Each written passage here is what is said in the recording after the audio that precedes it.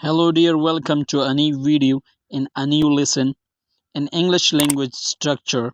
In this video we will see the third lesson of English language structure exercise, which is about modal verb of can for present ability and formation. Let's take start.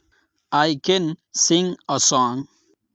In the above sentence, can is used for number one option is permission, number second option is ability, number third option is request. So the correct option is ability B.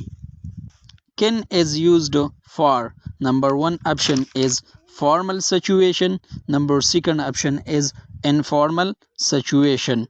So the correct option is informal situation.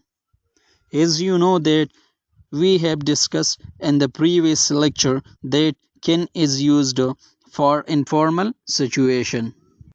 May I speak English language? In the above sentence, may is used for number one option is permission, number second option is ability, number third option is request. So the correct option is a permission, used for permission here in this sentence.